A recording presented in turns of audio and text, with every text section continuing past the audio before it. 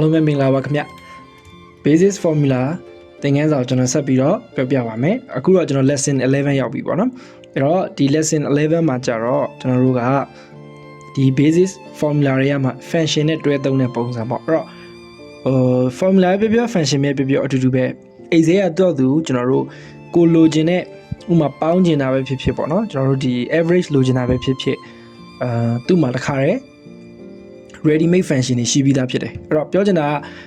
10ခုကဏ္ဍ10ခုပေါင်းချင်တယ်ဆိုရင်တစ်ခုချင်းလိုက်ပြီးတော့အပေါင်းလက္ခဏာတွေထည့်ပေးစရာမလိုဘဲနဲ့ဒီ sum ဆိုတဲ့ function သုံးပြီးတော့ဒီ10ခုစာပေါင်းသွားလို့ရတယ်ပေါ့နော် okay ဒါလေးကိုကျွန်တော်အနေနဲ့အခုရှင်းပြမှာဖြစ်တယ်အဲ့တော့ဒီ lesson မှာတော့ကျွန်တော်ကဒီ basis function တွေဖြစ်တဲ့ sum ရယ် average ရယ် minimum maximum ပြီး count ပေါ့နော်အဲ့ဒါကိုကျွန်တော်ပြပြခဲ့မယ်ဆိုတော့အခုကျွန်တော်ဒီမှာရှိတဲ့ January လစာရင်းပေါ့ပြီး February လစာရင်း March လစာရင်းပေါ့ဒီ၃ခုကိုကျွန်တော်တို့ကအခုပေါင်းကြည့်ရအောင်ဒီမှာ total ဆိုပြီးတော့ကျွန်တော်တို့ပေါင်းကြည့်မယ်အဲ့တော့ကျွန်တော်တို့ကဒီမှာရှိနေသော data 5ခုကိုကျွန်တော်အရှိရသင်ခန်းစာလိုမျိုးတစ်ခုချင်းစီအပေါင်းလက္ခဏာလိုက်ထည့်စရာမလိုဘဲနဲ့ equal to ဆိုပြီးတော့ကျွန်တော်တို့ sum ဆိုပြီးတော့ကျွန်တော်တို့ပေါင်းသွားလို့ရတယ် okay မယ်နော်အဲ့တော့ကျွန်တော်တို့စမယ်ဆိုရင်တကယ်လို့များကျွန်တော်တို့ကအဲ့လို equal to sum ဆိုပြီးတော့ကျွန်တော်တို့ပေါင်းလိုက်တဲ့အခါမှာ formula အများကြီးကြာလာတယ်အဲ့တော့ကျွန်တော်ထိတ်ဆုံးမှာတော့ဒီမှာ sum ဆိုပြီးတော့ပေါ်နေလိမ့်မယ်ဆိုရင်အဲ့ဒီ sum ဆိုတဲ့ဟာကိုကျွန်တော်တို့ကဘာလုပ်မလဲဆိုရင် double click နှိပ်မယ်နော် okay ဒါဆိုလို့ရှိရင် equal to sum ဆိုပြီးတော့ဒီခွန်းစာလေးနဲ့ဖြစ်လာမယ်ပြီးတဲ့အခါမှာကျွန်တော်တို့ကဘယ်ကနေဘယ်အထိပေါင်းပါလဲဆိုတော့ရွေးပေးရမယ်အဲ့တော့ကျွန်တော်တို့ပေါင်းချင်တာဒီ B4 ပေါ့ဟုတ်ပြီနော် B4 ကနေကျွန်တော်တို့ဆွဲချလာတယ်ဘယ်ထိလဲဆိုတော့ B8 ထိပေါ့နော် B4 ကနေကျွန်တော်တို့ B8 ထိကျွန်တော်တို့ပေါင်းမယ်ပြီးတော့ enter နှိပ်လိုက်မယ်အဲ့တော့ကျွန်တော်တို့ဒီလိုရွေးချက်လိုက်တဲ့အခါမှာအပြအောင်စလုံးနဲ့ B4 ဒီဝဇန်လုံးပေါက်လို့ခါလေးနဲ့ပြီးတော့ B8 ပေါ့အဲ့တော့သူပြောချင်တာ B4 to B8 ကို sum ပေါင်းပေးမယ်လို့ဆိုလိုတယ်အဲ့ပြီးတော့ကျွန်တော်တို့ enter နှိပ်မနဲ့ကျွန်တော်ခုန formula bar မှာရှိတဲ့ဒီအမှန်ချစ်ကိုချင်းလဲရတယ်တူတူပဲနော်ဆိုလို့ရှိရင်ကျွန်တော်တို့ဒီຢာတွေအားလုံးကိုအခုလိုမျိုးပေါင်းပြီးသားဖြစ်သွားလိမ့်မယ်ရမယ်နော်ဒါကတော့ကျွန်တော်တနည်းပေါ့ကဲနောက်ထပ်တနည်းကကြတော့ကျွန်တော်တို့ဒီ ribbon မှာရှိတဲ့ဒီမှာ button လေးတွေမှာလည်းကျွန်တော် sum ဆိုတာရှိတယ်အဲ့တော့ဒီမှာတွေ့ရလိမ့်မယ်ဒီကဒီ sum button ဖြစ်တယ် okay မြင်ရမယ်နော်ဒီဟာလေးဒီ sum button ဖြစ်တယ်အဲ့ဒါလေးကိုနှိပ်ပြီးတော့ကျွန်တော်တို့ပေါင်းလိုက်လို့ရတယ်အဲ့တော့ကျွန်တော်တို့ပေါင်းကျင်တဲ့နေရာမှာ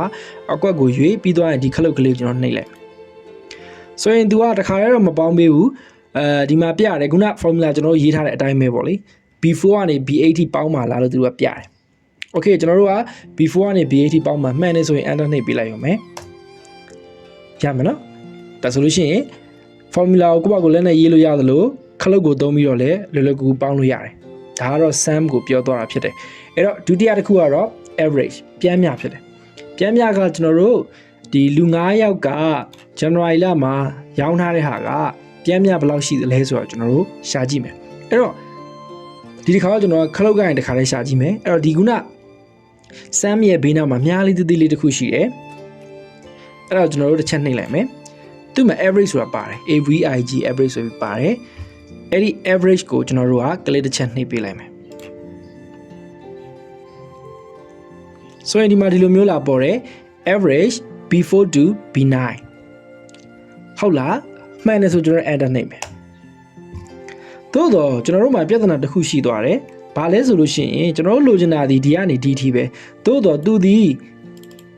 B4 to B9 ဖြစ်တဲ့အတွက်ဒီ total ဆိုတဲ့ဟာကြီးကပါနေတယ်တကယ်လို့ကျွန်တော်လိုချင်တာက B4 ကနေဘယ်ထိပဲလဲ B8 ထိပဲအဲ့တော့ကျွန်တော် B9 ကိုကျွန်တော်တို့ပြင်မယ်အဲ့ဘေးနားလေးမှာ click နှိပ်ကျွန်တော် backspace နဲ့ဖြတ်မယ်ပြီးတော့8ကိုနှိပ်မယ်ပြီးတော့ enter ပြန်နှိပ်မယ်ဒါဆိုလို့ရှိရင်တော့ဒီ total အကွက်မပါတော့ဘဲနဲ့ဒီအပေါ်ကနေဒီထိပဲဒါကို average ကျွန်တော်တို့ယူတဲ့ပုံစံမျိုးဖြစ်တယ်ပေါ့သဘောပေါက်မနော်ဒါကကျွန်တော်ခလုတ်ကိုသုံးတာအဲ့တော့ကျွန်တော်တို့ခုနလက်နဲ့ရေးမယ်ဆိုရင်လည်း equal to a v EIG မှာ average ဆိုတာရှိတယ် okay အတူတူပဲเนาะပြလိုက်မယ်နော်အဲ့တော့ average ဆိုပြီးဒီကနေဒီကျွန်တော်တို့ဆွဲချလိုက်မယ်ပြီး enter နှိပ်လိုက်မယ်ဒါလည်းပဲ average ဖြစ်တယ်ခုနကျွန်တော်ဘေးနာခလုတ်ကိုသုံးသွားတာလည်း average ဖြစ်တယ်အတူတူပဲပေါ့နော်လွယ်အောင်လို့သူကခလုတ်တွေထည့်ပေးထားတာဖြစ်တယ်ကဲဒါဆိုလို့ရှိရင် sum နဲ့ average ကိုနားလည်ပြီအဲ့တော့နောက်ထပ်ကျွန်တော် minimum နဲ့ maximum ပြောပြမှာဖြစ်တဲ့အတွက်ဒီ data ကိုကျွန်တော်အရင်ဖြတ်လိုက်မယ်နော် okay ဒီ January ကနေဒီအထိ9ခုမှာဘယ်သူကတော့အများဆုံးလဲဆိုတော့ကျွန်တော်ရှာချင်နေဆိုရင် maximum ပေါ့ဟုတ်မနော်အဲ့ maximum ဒီလည်းပဲဒီမှာပါတယ်အဲ့ဒီဘေးနာခလုတ်ကျွန်တော်မြားလေးကိုနှိပ်မယ်ပြီးသွားလို့ရှိရင်ကျွန်တော်ဒီမှာ maximum ဆိုပြီးရှိတယ် max ပေါ့အဲ့ max ကိုကျွန်တော်နှိပ်လိုက်မယ်ဆိုလို့ရှိရင်သူကခုနအတိုင်းပဲကျွန်တော်တို့မေးတယ်ဘယ်အကွက်ကနေဘယ်အကွက်ထိလဲအဲ့ဆိုကျွန်တော်တို့က B4 ကနေ B80 မှန်တယ်ဆိုရင် enter နှိပ်မယ်ဆိုရင်ဒီ9ကွက်ထဲမှာတဲ့အများဆုံးက35253ဖြစ်တယ်အဲ့တော့ဒီမှာပေါ့နော်ဒီက35253ဒီထဲမှာအများဆုံးဖြစ်တယ်ဆိုတာကိုသူကပြောတယ်အဲ့တော့ကျွန်တော်တို့တကယ်လို့ခုနအတိုင်းပဲ formula နဲ့ကွက်ကိုရေးချင်တယ်ဆိုရင် equal to max ပေါ့ maximum ပေါ့တွေ့မနော်ဒီ maximum လေးကိုကျွန်တော်တစ်ဖက် click နှိပ်မယ်နှစ်ချက်ပြီးတော့ဒီကနေဒီအထိ9ကွက်ပေါ့ရွေးပေးလိုက်မယ် C4 ကနေ C8 ပြီးတော့ enter နှိပ်မယ်ဆိုရင်သူလည်းပဲ2915ဒီအများဆုံးဖြစ်တယ်ဆိုတာကိုအခုလိုဖော်ပြပါလိမ့်မယ် okay ဒါကတော့ maximum okay နောက်တစ်ခုကျွန်တော်တို့ minimum သွားရအောင် minimum တော့ဒီအောက်မှာလုပ်ပြမယ်ခုနအတိုင်းပဲဒီခလုတ်ကလေးကိုနှိပ်မယ်ပြီးတော့ကျွန်တော်ဒီမှာ minimum ဆိုတာရှိတယ်တစ်ချက်နှိပ်မယ်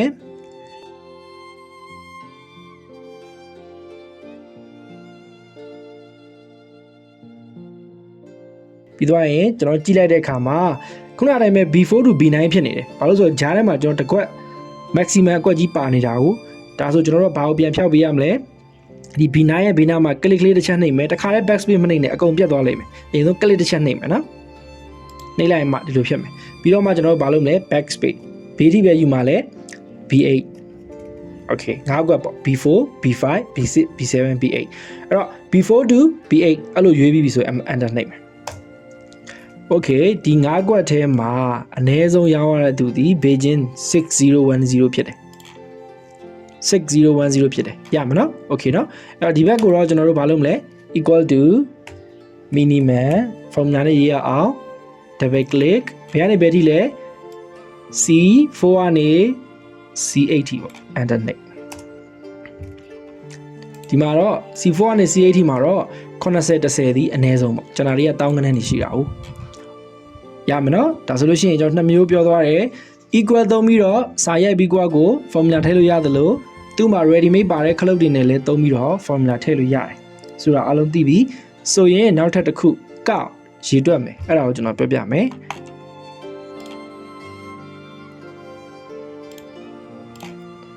okay ဒါလေးကိုကျွန်တော်ရေတွက်ကြည့်အောင်အဲ့တော့ဒီနေရာမှာ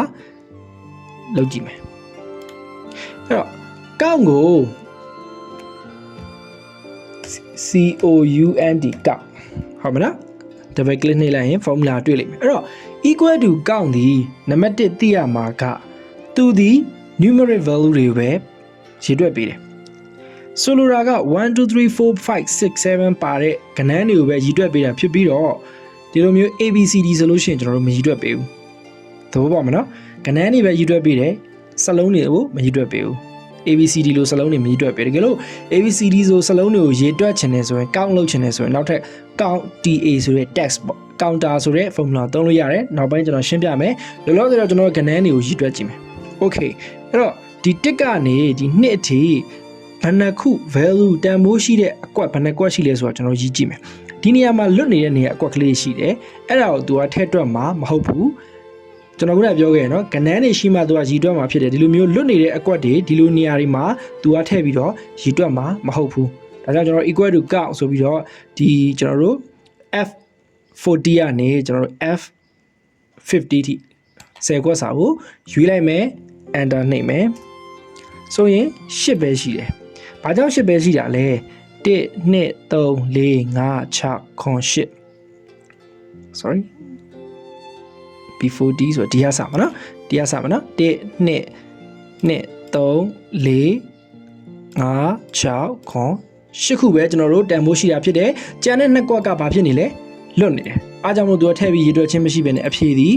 ဘယ်လောက်ဖြစ်နေတာလဲ8ဖြစ်နေတာဖြစ်တယ်โอเคမယ်နော်ကောက်ရဲ့အသုံးပြုပုံသိမယ်နော်ကျွန်တော်တို့ဒီ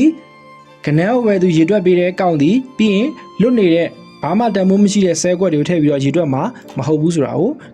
သိရပါမယ်โอเคနောက်ထပ်တနည်းကတော့ကျွန်တော်တို့ခုနအတိုင်းပဲခလုတ်ကိုသုံးပြီးတော့ရှာမယ်အဲ့တော့ဒီမှာလည်းပဲ count ဆိုတာပါပါတယ် count numbers โอเคနော်အဲ့ဒါကိုကျွန်တော်နှိပ်မယ်ဆိုရင်သူကဒီတစ်ခါတော့ကျွန်တော်တို့ကိုသူကဘယ်ကနေဘယ်ထိလဲဆိုတော့အရင်ဆုံးရွေးခိုင်းတယ် ဟုတ်ပြီနော်အဲ့တော့ F50 ကနေ51လားမဟုတ်ဘူးကျွန်တော်တို့ကဘယ်ကနေဘယ်ထိလဲဆိုတော့ကျွန်တော်တို့ကဒီမှာစာရိုက်ပြီးတော့ခုနလိုမျိုးရွေးပေးလို့ရတယ်လို့ဒီဘက် down လေးမှာရှိနေတဲ့နေရာကို mouse ထောက်လိုက်လို့ရှိရင်ဒီလိုမြားလေးတစ်စောင်းလေးဖြစ်သွားမယ်နော်အဲ့မြားတစ်စောင်းလေးဖြစ်သွားပြီဆိုလို့ရှိရင်ကျွန်တော်အဲ့ click ကိုဖိမယ်မလွတ်နဲ့ပြီးအပေါ်ဆွဲတင်ဖိထားမယ်နော်မလွတ်နဲ့ကိုလိုချင်တဲ့နေရာထိဘယ်ထိလဲဆိုကျွန်တော်35ထိသွားလိုက်မယ် okay ဒီထိပေါ့နော်အဲ့ဆိုလို့ရှိရင်ဘယ်ကနေဘယ်ထိလဲ F35 ကနေ F51 ထိဖြစ်သွားတယ်နော်အဲ့မှာရှိနေတဲ့ကဏ္ဍတွေကိုကောက်လုပ်ပေးပါလို့ကျွန်တော်တို့ရွေးချယ်ခိုင်းလိုက်တယ်တကယ်လို့ကိုကလက်နဲ့ရိုက်ချင်လည်းရတယ်နော်ဒါကကျွန်တော်ခလုတ်ကိုသုံးပြီးတော့ရွေးတာပြီးတော့ပြီးတော့မှကျွန်တော် enter နှိပ်လိုက်မယ်ဆိုရင်အဲ့ဒီမှာတော့စုစုအောင်တန်မိုးရှိတော့အကွက်ပေါင်း73ကွက်ရှိတယ်ဆိုတော့လာပြီးတော့အခုလိုဖော်ပြနေတာကိုတွေ့ရပါလိမ့်မယ် okay ဒါဆိုလို့ရှိရင်ကျွန်တော်အခုရှင်းပြခဲ့တဲ့ formula function တွေဖြစ်တဲ့ sum ရဲ့ average ရဲ့ minimum ရဲ့ maximum ရဲ့ကောက်ရယ်ကိုဘယ်လိုမျိုးသုံးလဲဆိုတော့အားလုံးပဲနားလည်မယ်လို့ကျွန်တော်ယူဆပါတယ်အဲ့တော့ lesson 12မှာဆက်ပြီးတော့တွေ့ပါမယ်အားလုံးကျေးဇူးအများကြီးတင်ပါတယ်ခင်ဗျာ